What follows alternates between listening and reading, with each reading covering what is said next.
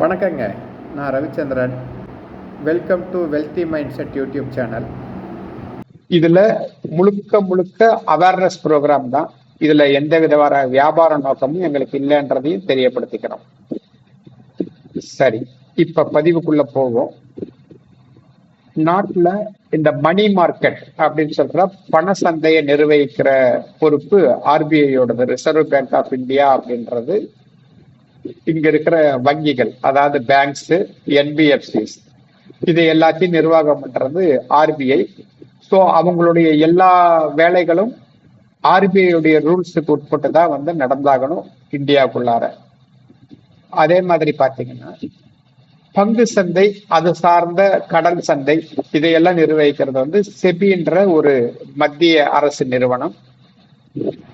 அதுக்கு கீழே தான் இந்த பங்கு சந்தை என்றது வரும். பங்கு சந்தையில பாத்தீங்கன்னா 2 மேஜர் கேட்டகரி இருக்கு. ஒன்னு ஈக்விட்டி, டைரக்டா நாம கம்பெனிஸ்ல இன்வெஸ்ட் பண்றது. ரெண்டாவது பாத்தீங்கன்னா மியூச்சுவல் ஃபண்ட் அப்படின்ற பரஸ்பர நிதி. இது எப்படின்னு பாத்தீங்கன்னா, இப்ப ஒரு தனி மனிதன் ஒரு கம்பெனில இன்வெஸ்ட் பண்ணாருன்னா மொத்த ரிஸ்க்கும் அவர் மேலேயே இருக்கும். அவர் எடுக்கிற டெசிஷன் ரொம்ப பாசிட்டிவா போனா அவருக்கு பெரிய லாபத்தையும், நெகட்டிவா போனா அவருக்கு நிறைய இழப்புகளையும் சந்திக்க வேண்டி ஏற்படலாம். ஆனா மியூச்சுவல் ஃபண்ட்ன்றது பாத்தீங்கன்னா, ஒரு ஃபண்ட் மேனேஜர் நமக்காக ஒரு கூட்டத்தோட பணத்தை அவர் நிர்வகிப்பார். இந்த ஃபண்ட் மேனேஜர் பாத்தீங்கன்னா ஆம்பி அப்படின்னு சொல்லக்கூடிய ஒரு அமைப்பு அவரை அங்கீகரிக்கும். அதுக்கு கீழே இருக்கிற ஒரு நிர்வாகம் தான் அசட் அண்டர் மேனேஜ்மெண்ட்னு சொல்லுவாங்க. அதாவது கம்பெனிகள் அவங்க எந்த இடத்துல இன்வெஸ்ட் பண்ணணும், அவங்க அந்த சட்டத்திட்டத்துக்கு உட்பட்டு பண்றாங்களா அப்படின்றதெல்லாம் பாத்தீங்கன்னா அந்த ஆம்பின்ற அமைப்பு செபிக்கு கீழே இருக்கும். அதுதான் கண்காணிக்கும். ஸோ பரஸ்பர நிதி, அதாவது மியூச்சுவல் ஃபண்ட்னா என்னன்னு பாத்தீங்கன்னா, இப்ப ஒரு தனி மனிதன் ஒரு ஈக்விட்டியில ஒருத்தர் டைரக்டா இன்வெஸ்ட் பண்றாருன்னா அவரு சொந்தமா கார் வச்சுட்டு அவரே ஓட்டுற மாதிரி. இப்ப பிஎம்எஸ் அப்படின்னு, அதாவது போர்ட்போலியோ மேனேஜ்மெண்ட் சர்வீஸ்ன்றது, அவருக்கு ஒரு கார் வச்சுக்கிறாரு, அதுக்கு ஒரு டிரைவர் வச்சுட்டு டிரைவ் பண்றாரு. அது இன்னும் கொஞ்சம் சேஃப். ஆனா இந்த மியூச்சுவல் ஃபண்ட்ன்றது பாத்தீங்கன்னாக்கா, நாம டெய்லி இந்த ட்ரெயின்ல போறோம் இல்லைங்களா, அந்த மாதிரி. இப்ப எல்லாருமே நம்ம போலாம், அத ட்ரெயின் டிரைவர் ஓட்டுவாரு. அவரு தான் ஃபண்ட் மேனேஜர். ஸோ நாம எல்லாம் இப்போ வேணுன்ற இடத்துக்கு விரைவாகவும் சிக்னல்ல மாட்டாமையும் பாதுகாப்பாகவும் போய் சேரக்கூடியதுதான் இந்த மியூச்சுவல் ஃபண்ட் அப்படின்ற ஒரு சாதனம். இது இந்தியாவில் 1995 தான் முதல்ல இந்த மியூச்சுவல் ஃபண்ட்ன்றது வெளியிடப்பட்டது. அன்னையிலிருந்து கிட்டத்தட்ட ஒரு 30 வருடங்களாக இந்தியாவில் இந்த மியூச்சுவல் ஃபண்ட்ன்றது இருக்கு. இந்தியாவில் முதல்ல வெளியிடப்பட்ட மியூச்சுவல் ஃபண்ட் பாத்தீங்கன்னாக்கா, இன்னைக்கு நிப்பான் India growth mid cap fund அப்படின்றது தான் இந்தியாவில் முதல்ல வெளியிடப்பட்டது. ரெண்டாவது பாத்தீங்கன்னா ஹெச்டிஎஃப்சி பிளக்ஸி கேப் அப்படின்ற பங்கு இரண்டாவதாக வெளியிடப்பட்டது. ஸோ இந்த தகவல்கள் எல்லாம் உங்களுடைய பேசிக்கா உங்களுக்கு தெரியணும் அப்படின்றதுக்காக சொல்றோம். மியூச்சுவல் ஃபண்ட்னா என்ன? மியூச்சுவல் ஃபண்ட் என்பது பல முதலீட்டாளர்களிடம் இருந்து பணத்தை சேகரித்து பங்குகள் மற்றும் பத்திரங்கள் முதலியவற்றில் முதலீடு செய்வது. மியூச்சுவல் ஃபண்ட்ன்றது நிறைய டைப் இருக்கு. ஈக்விட்டின்றது டைரக்டா கம்பெனிஸ் மேல இன்வெஸ்ட் பண்றது. டெப்ட் அப்படின்றத பாத்தீங்கன்னா கடன் பத்திரங்கள் மேல முதலீடு பண்றது. இதை தான் நம்ம முன்னாடியே நம்ம பார்த்தோம். இருந்தாலும் உங்களுக்கு மியூச்சுவல் ஃபண்ட்ன்றது டைரக்டா என்னன்னு தெரியறதுக்காக இதை சொல்றோம். மியூச்சுவல் ஃபண்ட் எப்படி செயல்படுகிறது அப்படின்னு பாத்தீங்கன்னா, மியூச்சுவல் ஃபண்டுக்கு ஒரு ஃபண்ட் மேனேஜர் இருப்பாரு. இதை இவங்க யாரு இதை பிக்ஸ் பண்ணுவாங்க அப்படின்னு சொல்லி கேட்டீங்கன்னா, இந்த அசட் அண்டர் மேனேஜ்மெண்ட் கம்பெனி. ஏதாவது இப்ப ஃபார் எக்ஸாம்பிள் இந்த ஹெச்டிஎஃப்சி அப்படின்னு, ஹெச்டிஎஃப்சி ஏஎம்சின்னு ஒரு கம்பெனி இருக்கு. அதுல பாத்தீங்கன்னா வெவ்வேறு என்எஃப்ஓ, அதாவது நியூ ஃபண்ட் ஆஃபர்ஸ் வெளியிடுவாங்க. அப்ப அதுக்குண்டான அனுபவம் வாய்ந்தவர்களை வந்து பாத்தீங்கன்னா தேர்ந்தெடுத்து அவங்களுடைய பேர்களை செபிக்கு வந்து ஆம்பி மூலியமா வந்து பரிந்துரைப்பாங்க. ஆம்பி வந்து அவங்களை அப்ரூவ் பண்ணதுக்கு அப்புறம் அவங்க வந்து ஃபண்ட் மேனேஜரா வந்து இருக்க ஆரம்பிப்பாங்க. இவர் வந்து நமக்காக வந்து அதுல முதலீடு செய்து அதை மேனேஜ் பண்ணக்கூடியவர். அதுல வர்ற லாபமோ அல்ல நஷ்டமோ முதலீட்டாளர்களோட ஷேர் பண்ணிடுவாங்க. மியூச்சுவல் ஃபண்டோட நன்மைகள் என்ன அப்படின்னு சொல்லி பாத்தீங்கன்னா, ப்ரொஃபஷனல் மேனேஜ்மெண்ட். அதாவது இப்ப நம்மளால வந்து நிறைய நிதியை வந்து திறமையா கையாள முடியாது. அதுக்குன்னு அனுபவம் பெற்ற படித்த தகுதி வாய்ந்த நபர்களை வந்து தேர்ந்தெடுத்து அதை மேனேஜ் பண்றதுக்கு நாம கொடுக்குறோம். ரெண்டாவது பாத்தீங்கன்னா டைவர்சிபிகேஷன். இப்ப நம்மளால வந்து மேக்சிமம் ஒரு 10 கம்பெனியோ 20 கம்பெனிலயோ வந்து இன்வெஸ்ட் பண்ண முடியும். ஆனா மியூச்சுவல் ஃபண்ட்ன்றது பாத்தீங்கன்னா பல கோடி மக்கள் சேர்ந்து அதுல வந்து முதலீடு செய்வதனால அவங்களுக்கு எது எது சிறந்த கம்பெனிகள் அப்படின்னு சொல்லி தேர்ந்தெடுத்து ப்ராப்பரான அசட் அலோகேஷன் செய்து வெவ்வேறு துறைகள்ல வந்து அவங்க முதலீடு பண்ணுவாங்க. எதுக்காகன்னு பாத்தீங்கன்னா, இப்ப ஒரே துறையில முதலீடு பண்ணா அதுல மிகப்பெரிய லாபமும் வரலாம், மிகப்பெரிய நஷ்டமும் வரலாம். எல்லாத்தாலையும் இந்த லாப நஷ்டங்களை வந்து தாங்கிக்க முடியாது அப்படின்றதுனால ஒரு பேலன்ஸ்டா போகணும். அதாவது யாருக்கும் பாதிப்பு இல்லாம போகணும். ஏன்னா ஒரு செக்டார் கீழே விழுறப்ப இன்னொரு செக்டார் மேல வரும். இப்ப கோவிட் டயத்துல பாத்தீங்கன்னா மெடிக்கல் செக்டாரும் ஃபார்மா செக்டாரும் மேல வந்தது. மற்றபடி மீதி எல்லா செக்டாருமே வந்து பாத்தீங்கன்னாக்கா சரியா பர்ஃபார்ம் பண்ணல. அதனால டைவர்சிபிகேஷன் வந்து இந்த மியூச்சுவல் ஃபண்ட்ல இருக்கும். மூணாவது வந்து பாத்தீங்கன்னா ஹைலி லிக்விட். நீங்க இன்னைக்கு வேணும்னு நினைச்சீங்கன்னாக்கா இப்ப நீங்க ரெடீம் பண்ணீங்கன்னா அடுத்த 1/2 an hourல கூட 50,000 வரைக்கும் எடுக்க முடியும். மொத்த பணத்தையும் வந்து ஒரு நாளைக்குள்ளார நம்மளால எடுக்க முடியும். வேற எந்த இன்ஸ்ட்ருமெண்ட்லயும் இவ்வளவு ஃபாஸ்டா, அதாவது இன்வெஸ்ட் செய்துட்டு இவ்வளவு ஃபாஸ்டா நம்மளால வெளியில எடுக்கிற மாதிரி ஒரு சிஸ்டம் வேற எதுலயும் இல்லை. Mutual fund is highly liquid. அதே மாதிரி அஃபோர்டபுள். இப்ப மியூச்சுவல் ஃபண்ட்ல பாத்தீங்கன்னா மினிமம் 100 ரூபாயில இருந்து நம்மளால வந்து பணத்தை போட முடியும். எவ்வளவு பணத்தை மட்டும் நம்மளுடைய சக்திக்கு உட்பட்ட எவ்வளவு பணத்தை மட்டும் அதுல வந்து போட முடியும். ஸோ சிறிய முதலீட்டுல இருந்து கூட நம்மளால மியூச்சுவல் ஃபண்ட்ல ஆரம்பிக்க முடியும். மியூச்சுவல் ஃபண்டுடைய ரிஸ்க் என்னென்ன அப்படின்னு பாத்தீங்கன்னா, நீங்க ஒவ்வொரு முறையும் விளம்பரத்தப்ப பார்த்திருப்பீங்க, mutual fund market is subject to market risk அப்படின்னு சொல்லிட்டு சந்தை அபாயத்துக்கு உட்பட்டது அப்படின்ற வந்து தகவலை சொல்லிக்கிட்டே இருப்பாங்க. இப்போ சந்தையுடைய ஏற்ற இறக்கத்துக்கு இப்ப நாம போடுறோம். இப்ப வந்து மார்க்கெட் வந்து சென்செக்ஸ் ஒரு உதாரணத்துக்கு 1000 இருக்கு. அதை வந்து நாம இன்வெஸ்ட் பண்றோம், நல்லா வளருது. 20,000 வர்றப்ப பாத்தீங்கன்னா நம்ம பணம் வளர்ந்துருக்கும். ஆனா சென்ற வருடம் 85,000க்கு மேற்ப இருந்த சென்செக்ஸ் பாத்தீங்கன்னா நடுவுல வந்து 76,000க்கு வந்துட்டு இன்னைக்கு 82,000 இருக்கு.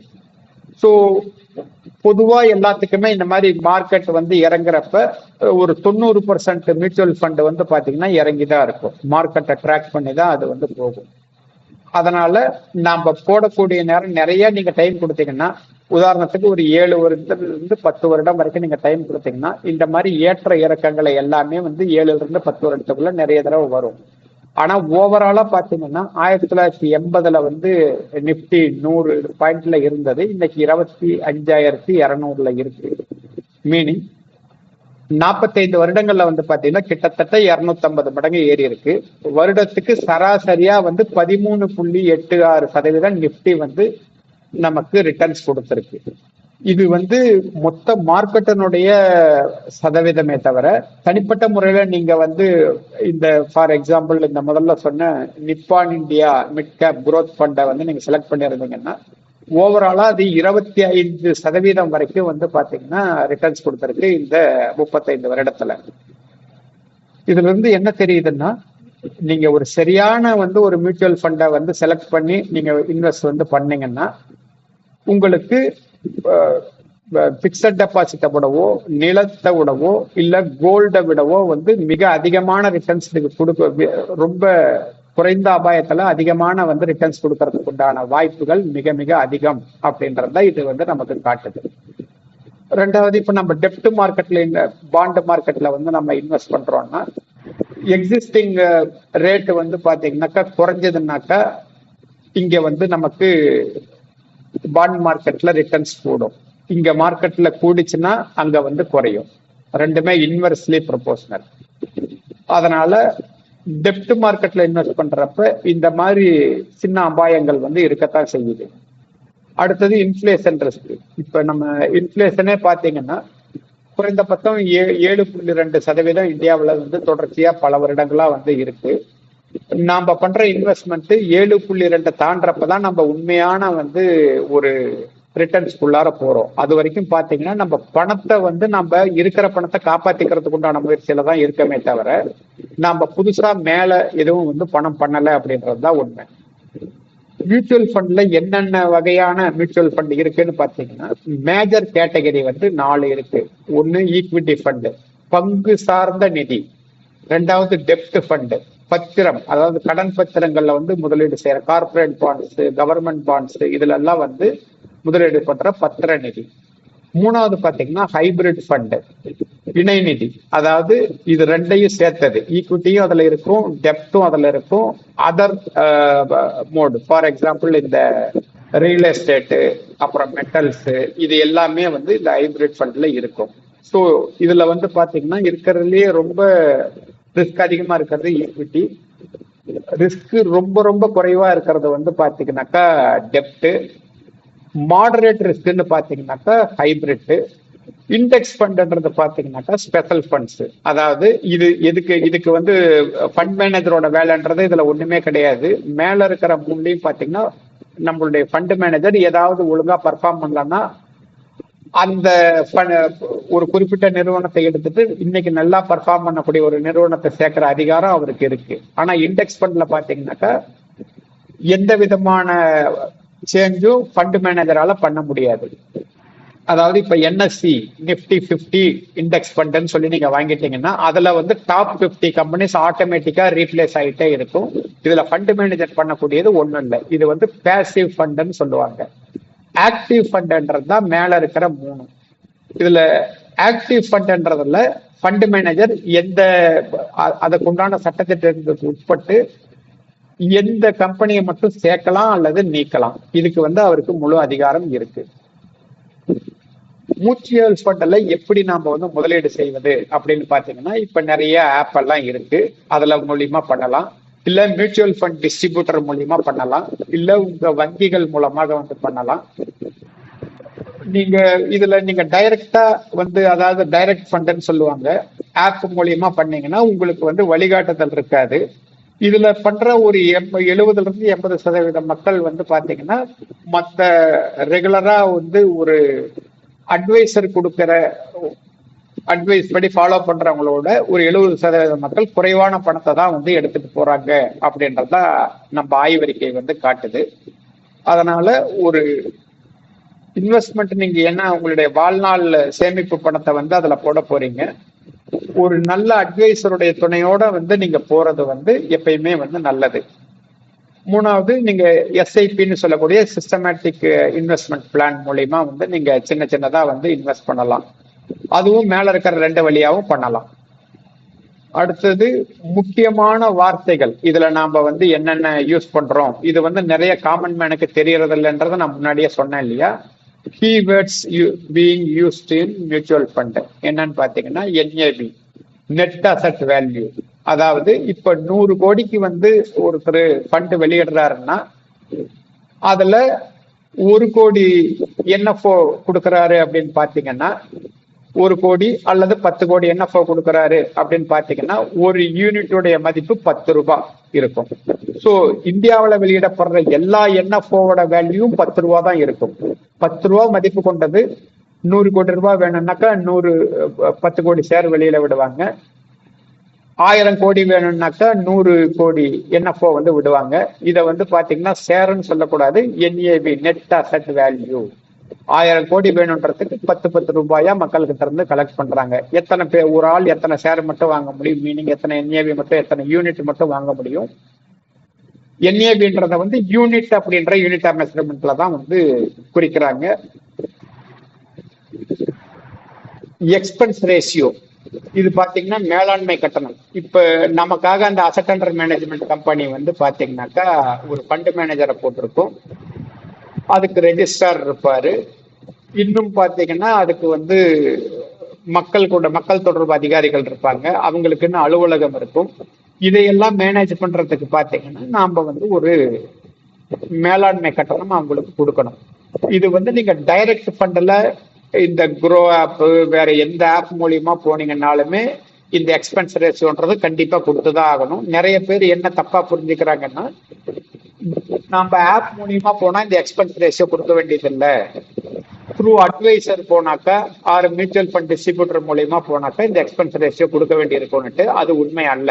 ஏன்னு கேட்டீங்கன்னா, இந்த ஏஎம்சி கம்பெனி வந்து நிர்வகிக்கிறதுக்குன்னு வந்து ஒரு செலவு இருக்கு. அது வந்து இந்த எக்ஸ்பென்ஸ் ரேஷியோல இருந்தா வந்து கொடுத்தாகணும். மூணாவது எஸ்ஐபி, மாதாந்திர முதலீட்டு திட்டம். அதாவது இந்த எஸ்ஐபின்றது பாத்தீங்கன்னா சிஸ்டமேட்டிக் இன்வெஸ்ட்மெண்ட் பிளான்.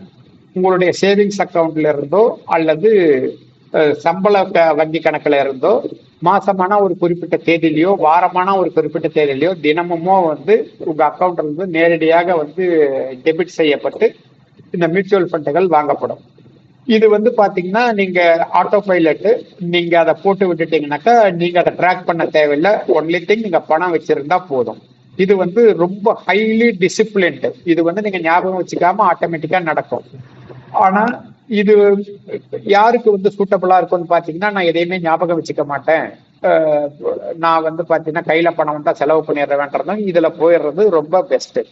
அடுத்தது எஸ்டபிள்யூபி அப்படின்றது பாத்தீங்கன்னாக்கா எஸ்ஐபிக்கு நேர் ஆப்போசிட். இப்ப நான் வந்து ஒரு 30 வருஷமோ 40 வருஷமோ இல்ல 10 வருஷமோ ஒரு பணத்தை எனக்கு தேவையான அளவுக்கு பணத்தை சேர்த்துட்டேன்.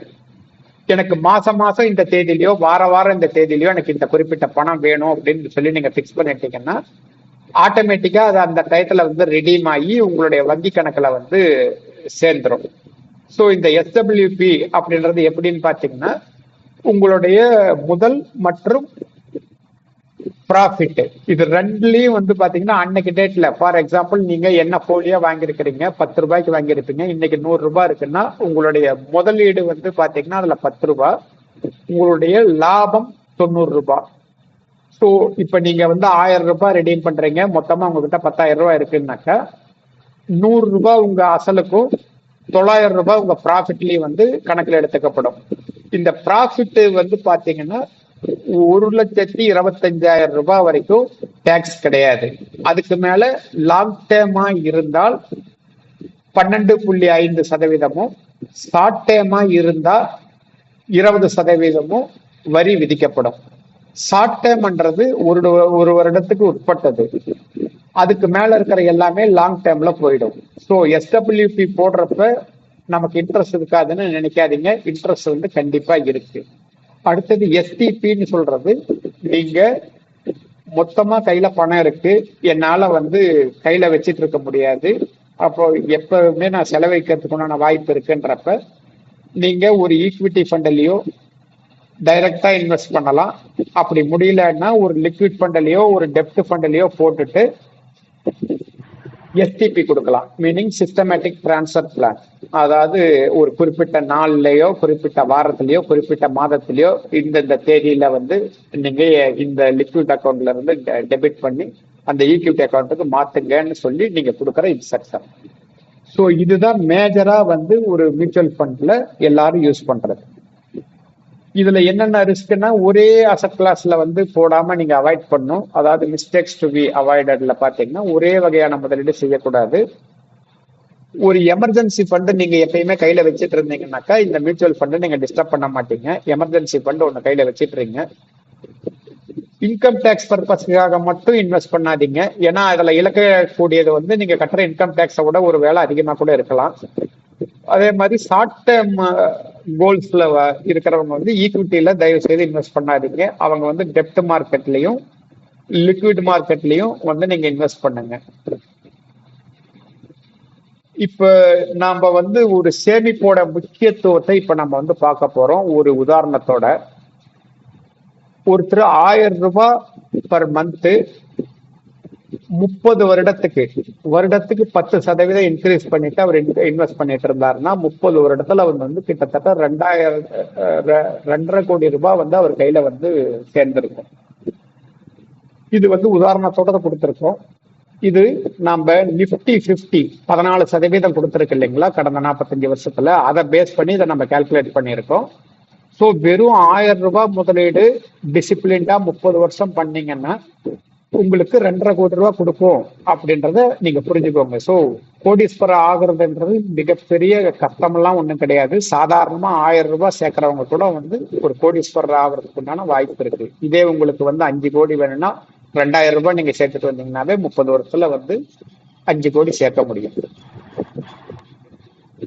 நம்ம இதுல இருந்து கத்துக்கிறது என்னன்னு சொல்லி பாத்தீங்கன்னா, மியூச்சுவல் ஃபண்ட்ன்றது ஒரு எளிய மற்றும் நம்பகமான முதலீடு. இது நாம எந்த நாலேஜும் இல்லைன்னாலும் பரவாயில்ல, நேரா நம்ம இண்டெக்ஸ் ஃபண்ட்ல போட்டாவே நமக்கு பாத்தீங்கன்னா வருடத்துக்கு 14% வரை ரிட்டர்ன்ஸ் வர்றதுக்கு உண்டான வாய்ப்புகள் இருக்கு. ஸோ இது சம்பந்தமான சந்தேகங்கள் ஏதாவது இருந்தா நீங்க எங்களை தொடர்பு கொள்ளலாம். இதுக்கான நம்பர்கள்ல நீங்க தொடர்பு கொண்டீங்கன்னா எங்களுடைய அட்வைஸ் உங்களுக்கு கிடைக்கும். இது கூட கூகுள் ஃபார்ம் அட்டாச் பண்ணியிருக்கோம். அதை நீங்க ஃபில்அப் பண்ணீங்கன்னா எங்க அலுவலகத்துல இருந்து உங்களை தொடர்பு கொள்வார்கள். எல்லாரும் இந்த பதிவு முழுசாக பார்த்துருப்பீங்கன்னு நம்புகிறேன். உங்களுக்கு பிடிச்சிருக்கும்னு நினைக்கிறேன்.